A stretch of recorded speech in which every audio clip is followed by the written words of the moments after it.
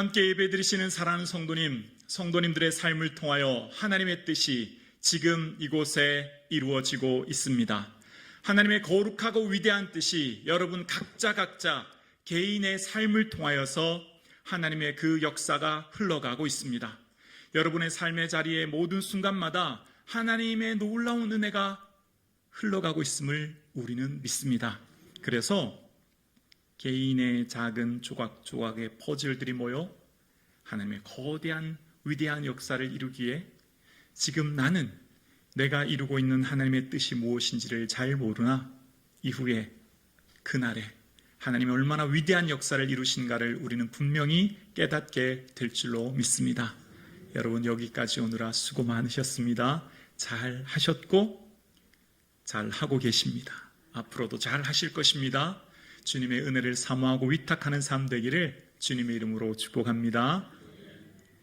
여러분 대형 화물선이 바다를 항해할 때 거대한 폭풍우가 닥칠 때를 대비하여서 안정장치를 설계했다고 해요.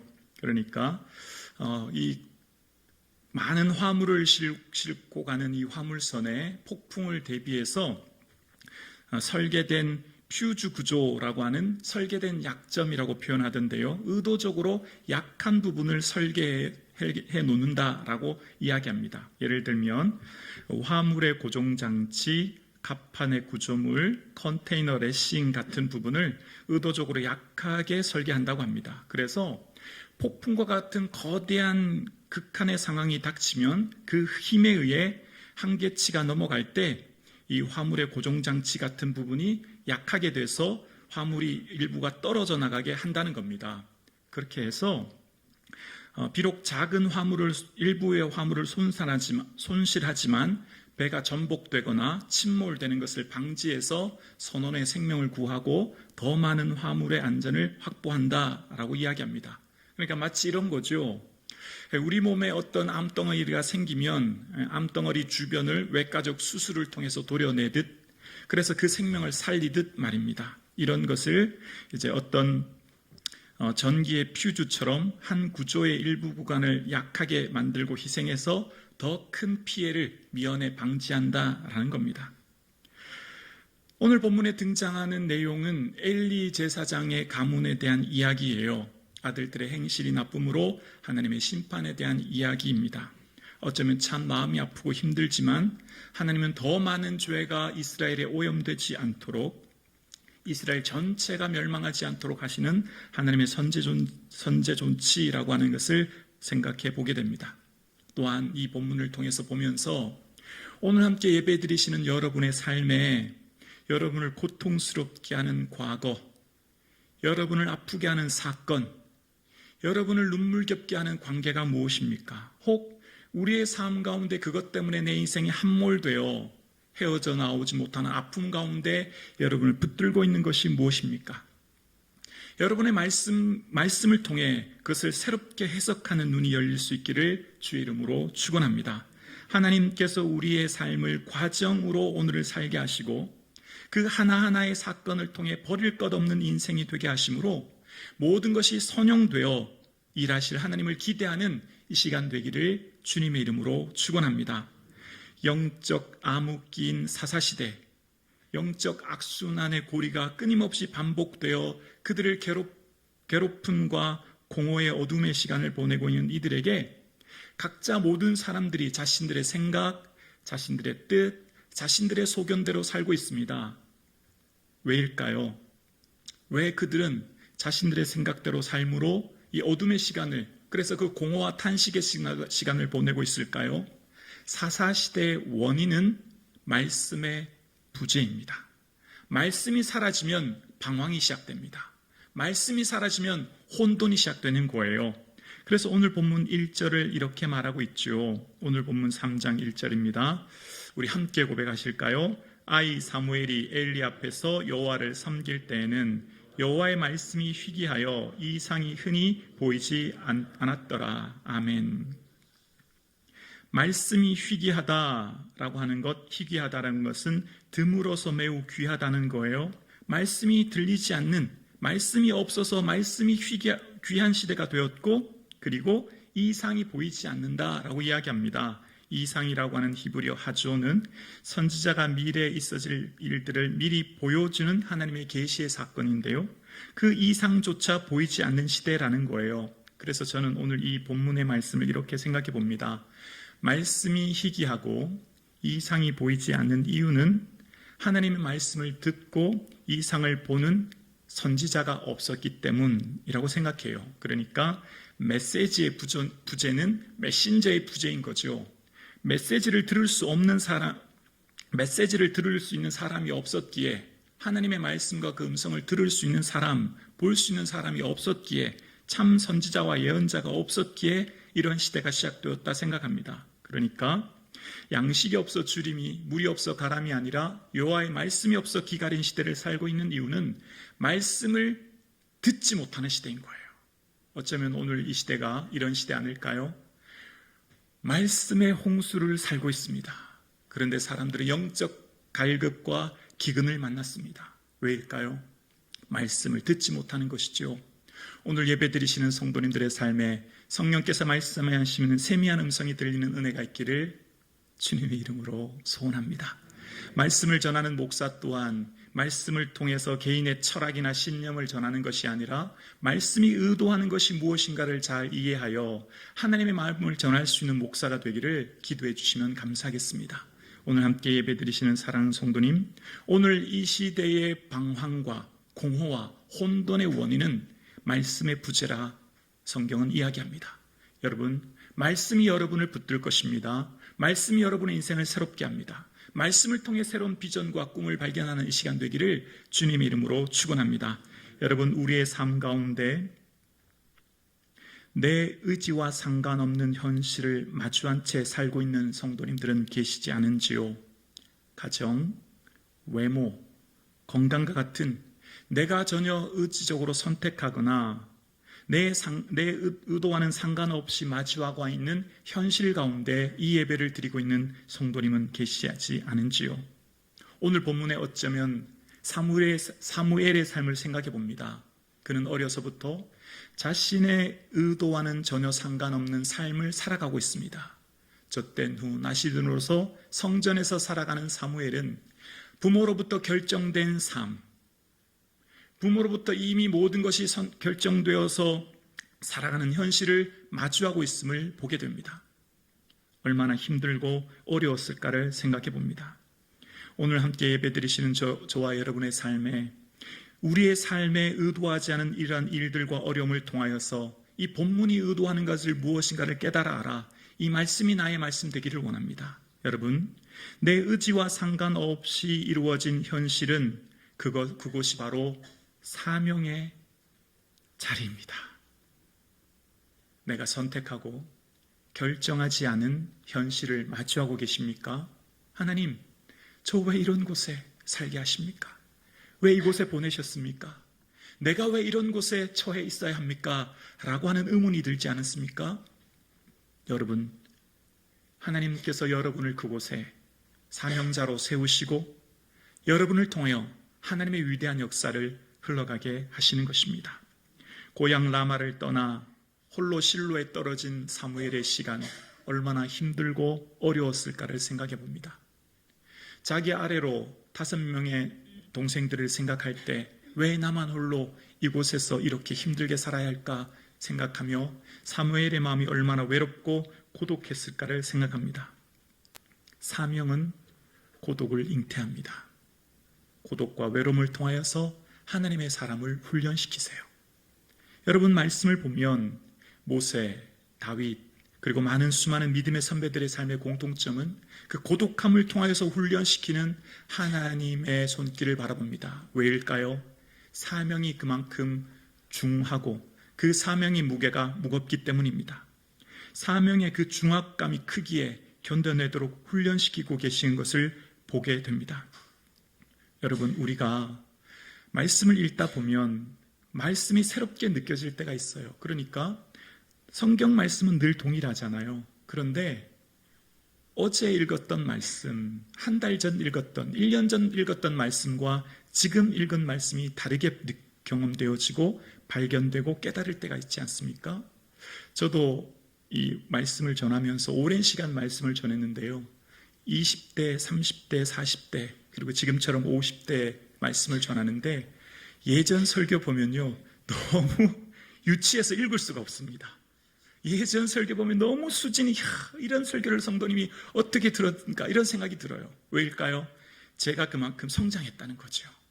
제가 그만큼 말씀을 보는 눈이 더 넓어졌다는 거죠. 또한 그만큼 많은 고난을 겪은 사명의 삶을 살았다는 거예요. 고난을 통해 말씀이 재해석됩니다. 고난을 통해 말씀이 새롭게 발견되는 거예요. 여러분, 어제와 다른 말씀 어떻게 깨달아질까요? 고난을 지금 통과하고 계시다는 거예요. 그래서 그 고독을 통하여서 하나님 말씀이 더 깊이 더 풍성하게 이해되거든요. 그 사명자의 고독은 상실로부터 경험되는 것을 봅니다. 여러분, 우리가 이렇게 10개가 있다고 해볼까요? 10개에서 하나 빼면 산술적으로는 9 아닙니까? 9이지 않습니까? 그런데 우리의 심리적 상실은 10개 중에 하나를 잃어버리면 9가 아니라 심리적 상실감은 제로가 됩니다. 0이 돼버려요. 내 삶 가운데 하나가 상실하고 없어지면 전체를 잃어버리는 고통을 느끼기 시작합니다. 전부를 잃어버린 것 같아요. 우리의 삶에 찾아오는 그 상실로 말미암아 고독과 외로움을 경험하게 되지요. 믿음의 많은 선배들의 삶은 그 상실의 여정을 통하여서 하나님을 더욱 의지하고 소망하게 합니다. 변치 않으신 하나님을 바라보게 되지요. 오늘 마치 본문에 등장하는 사무엘처럼 그의 눈물과 고통, 그 울부짖음 속에서 살아갔던 사무엘의 삶을 생각합니다. 사무엘의 삶이 마치 내던져 버린 것 같은 인생을 살고 있는 그의 삶에, 그러나 끊임없이 사무엘을 향해 마음에 품고 기도하는 그 어머니 한나를 생각해 봅니다. 그러니까 사무엘이 그 방황의 시간, 그 어려운 시간을 어떻게 이겨냈을까를 묵상하면서 하나의 힌트를 발견하게 되는데요. 그것은 바로 한나가 매년 실로에 올라갈 때 작은 겉옷을 준비했다라는 거예요. 그러니까 이 오남매를 키우느라 얼마나 한나가 바빴겠습니까? 바쁜 그 일정과 여정 속에서도 한 땀 한 땀 그 아들 장남 사무엘을 향해 겉옷을 준비했던 한나를 바라보면서 그가 얼마나 그 아들을 향해 기도했을지, 그가 얼마나 그 장남 사무엘을 향한 마음이 있었을지를 생각합니다. 그리고 실로에 올라갔을 때 어떻게 했을까요? 하나님의 나시인으로서의 정체성과 자의식, 하나님의 나시인으로서의 그 사명감을 이야기하고 너는 결코 혼자가 아님을, 하나님 함께하고 계심을 끊임없이 얘기하지 않았을까요? 사무엘의 삶이, 그 삶을 이겨낼 수 있는 것은 한나의 기도의 삶이었던 것을 보게 됩니다. 그 주권적인 하나님의 섭리 앞에 살아갔던 사무엘의 삶을 바라보게 됩니다. 여러분, 우리의 삶의 사명은 생명을 견인합니다. 여러분 삶의 사명의 무게가 무겁습니까? 여러분 인생의 무게가 무겁습니까? 사명의 무게가 크다는 거예요. 여러분을 짓누르는 인생의 큰 어려움과 위기 가운데, 무게감 가운데 있다면 그만큼 하나님의 기대하심이 크다는 거예요. 하나님이 여러분 맡기신 게 많다는 거예요. 사명이 생명을 견인합니다. 여러분의 인생의 사명은 그 사명 때문에 생명이 유지되고 생명이 우리의 삶의 풍성함을 누리게 되는 것입니다. 그래서 우리의 삶의 그 사명이야말로 내게 주신 은혜임을 깨닫게 되죠. 그래서 믿음의 선배들이 한결같이 얘기합니다. 고난당하는 것이 내게 유익이라고요. 하나님의 주신 그 사명이 생명을 견인하는 것을 알았기 때문인 것입니다. 여러분, 의도와 상관없이 마주한 현실 앞에서 하나님의 사람들은 하나님을 섬기듯이 사람들을 섬기게 됩니다. 지금 내가 만난 사람, 내가 만난 삶의 자리를 세워가는 거예요. 여러분, 하나님을 섬기는 것은 곧 사람을 섬기는 겁니다. 우리 3장 1절 다시 한번 볼게요. 1절을 보면 아이 사무엘이 엘리 앞에서 여호와를 섬길 때에, 사무엘이 하나님을 섬겨요. 여러분, 영이신 하나님을 섬기는데 그 영이신 하나님, 보이지 않는 하나님을 어떻게 섬겨요? 엘리 앞에서 섬깁니다. 엘리 앞에서 그 지도 앞에 순응하며 살아가지요. 여러분, 엘리는 어떤 사람입니까? 정말 오늘 본문을 통해 그리고 그 이전을 통해서 보면 정말 이해하기 어려운, 정말 그 권위를 인정하기 어려운 사람이 엘리 아닙니까? 그러나 사무엘은 인정하기 어려운 권위 앞에서 그 권위를 인정하며 엘리 앞에서 섬기고 있는 것을 봅니다. 하나님의 음성을 들었던 사무엘과 달리 하나님의 음성을 듣지 못하는 엘리, 여호와의 성전에 누웠던 사무엘과 달리 자기 처소에 누워있던 엘리를 보면서 정말 그 권위를 인정하기 어려운 그런 상황 가운데 있지만, 그러나 마치 부당한 권력에 순응했던 다윗처럼 이해할 수 없는 환경에 놓였을 때 보디발 앞에 순응했던 요셉처럼 하나님을 섬기는 것은 곧 내 앞에 있는 사람을 섬기는 겁니다. 왜일까요? 내게 주어진 삶의 자리에 궁극적인 목적이 하나님 것을 바라보기 때문이에요. 여러분이 주어진 삶의 자리, 여러분의 직장과 여러분의 삶의 모든 환경 가운데 정말 너무너무 힘들고 어려운 사람 있지 않습니까? 출근하자마자 보기 싫은 상사나 동료도 있지 않습니까? 그럼에도 불구하고 우리가 그들을 섬기는 이유는 그들 넘어 있는 하나님을 바라보고 하나님을 섬기는 이유이기 때문입니다. 우리의 궁극적인 삶의 모습은 그 뿌리의 기초는 하나님의 기쁨이기 때문이에요. 사무엘이 여호와를 섬기는 것은 엘리 앞에서라는 것을 기억하는 우리들이 되기를 원합니다. 무엇을 하든지 말에나 일에나 다 죽게 하듯 하나님 앞에서의 삶을 살아가고 있는 것이죠. 의도와 상관없이 살아가는 삶의 자리를 하나님께서는 반드시 기억하시고 그 인생을 하나님의 등불로 세우시는 것을 보게 됩니다. 여러분, 오늘 본문 3절을 보면 3절 내용 우리 함께 고백하실까요? 혹시 자막 부탁드리겠습니다. 함께요. 하나님의 등불은 아직 꺼지지 아니하였으며 사무엘은 여호와의 궤에 있는 여호와의 전 안에 누웠더니. 아멘. 성막의 등불 하면 이해가 금방 됩니다. 왜냐하면 감람류 등불을 지성소에 피우지 불을 밝히지 않습니까? 그런데 오늘 본문에 하나님의 등불이 뭘까를 생각해 봅니다. 성막의 등불이라고 하면 금방 이해가 되는데 하나님의 등불, 네르 엘로힘이란 게 뭘까를 생각해 봅니다. 그래서 이 성경 말씀을 성경의 기초에서 한번 다시금 생각해 보면서 잠언 20장 27절을 보게 되는데요. 잠언 20장 27절에 하나님의 등불에 대해서 이렇게 설명하세요. 사람의 영혼은 여호와의 등불이다 라고 말씀하십니다. 그러니까 여호와의 등불은 사람이라는 거예요. 하나님의 등불은 사람을 통해 비춰진다는 것입니다. 그러니까 오늘 본문을 보면 하나님의 등불이 하나님께서 비추시는 하나님 예비하신 사람이 있음을 오늘 본문을 통해 깨닫게 되죠. 누구죠? 그렇습니다. 사무엘을 통해 말씀으로서 하나님의 빛을 세상에 비추시는 것이죠. 사무엘을 통해 그 하나님의 등불을 온 세상에 자신을 드러내시는 것입니다. 그래서 오늘 본문 마지막 이 후반절 3장 21절 후반절에 보면 이런 말씀이 나오죠. 3장 21절 후반절에 여호와께서 실로에서 여호와의 말씀으로 사무엘에게 자기를 나타내시느라. 사무엘을 통해 빛 대신 하나님의 그 능력이 나타납니다. 그 안에 있는 말씀을 통해 하나님이 어떤 분인지, 하나님의 마음과 그 의도와 사랑을 혼돈과 공허의 시대에 사무엘을 통해 하나님이 어떤 분인가를 증거하게 됩니다. 여러분, 영이신 하나님은 사람을 매게 하십니다. 창조 이후 하나님의 구속사는 하나님의 동의와 협력을 통해 역사 속에서 일하십니다. 하나님은 지금도 여러분을 통해 하나님께서 일하고 계십니다. 그래서 하나님의 그 초월의 영역을 그 오늘 현실의 세계 여러분을 통해 보여주시기를 원하세요. 하늘과 땅, 초월과 내재, 이상과 현실 사이를 잇대는 과교 역할을 하는 사람이 여러분이에요. 여러분을 통해 하나님이 어떤 분인가를 주님은 온 세상에 드러내 보이십니다. 그래서 오늘 여러분의 삶을 통해 하나님의 뜻이 지금 이곳에 드러나고 있는 겁니다. 여러분이 그래서 얼마나 소중한 하나님의 사람인지 몰라요.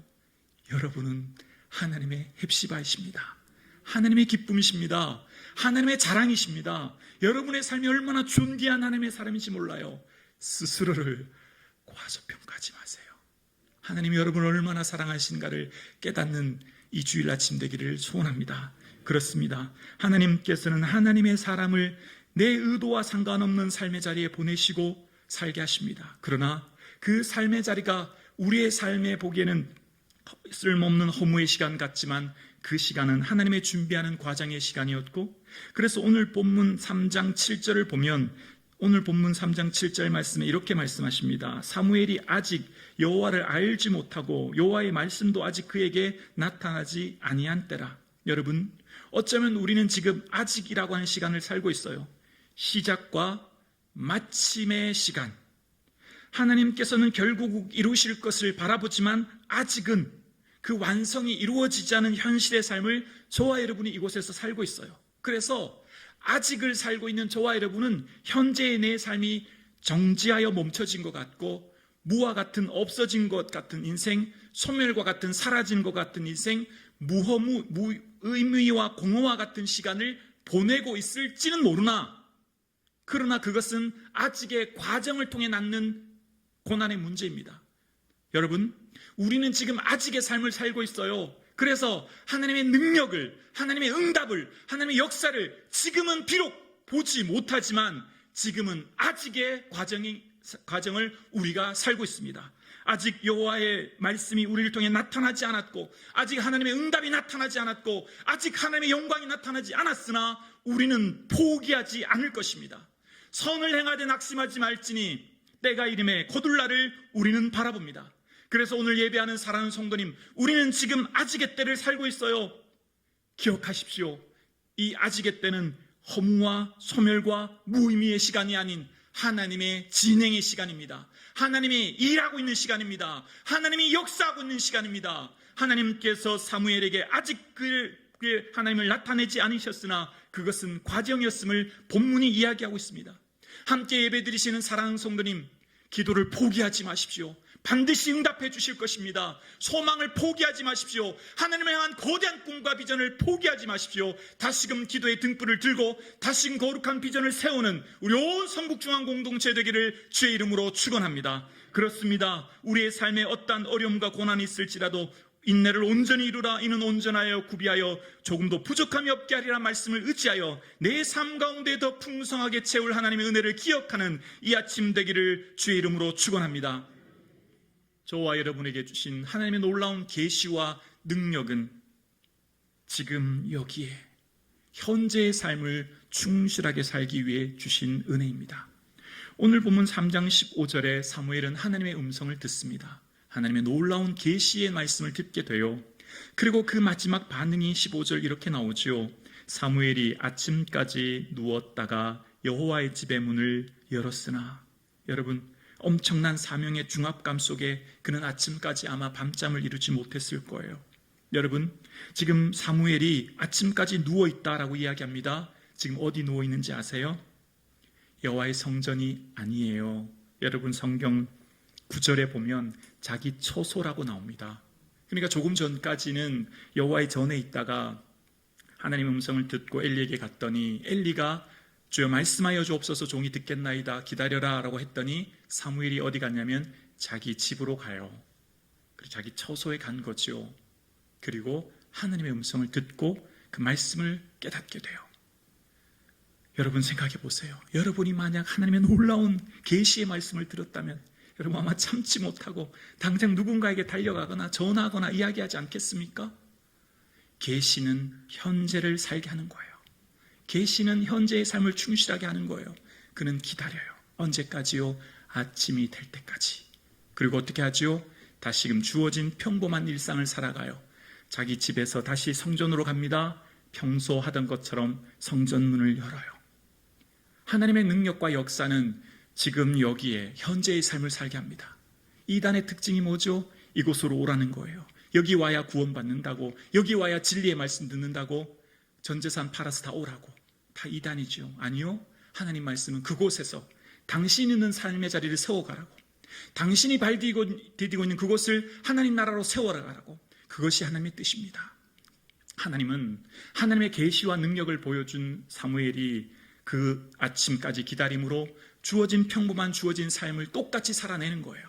저와 여러분의 삶 가운데 하나님의 능력과 권능을 주신 이유는 지금 여기에 내 사랑하는 아내와 남편, 가족, 내가 섬기는 공동체, 내 삶의 자리를 더 풍성하게 하기 위해 주신 은혜의 자리입니다. 그래서 그 삶을 살게 하시는 거죠. 엘리는 자신의 계시를 받았다고 제사장 엘리를 무시하거나, 엘리는 우월의식 속에 쌓여 있지 않았습니다. 그는 기다립니다. 언제까지요?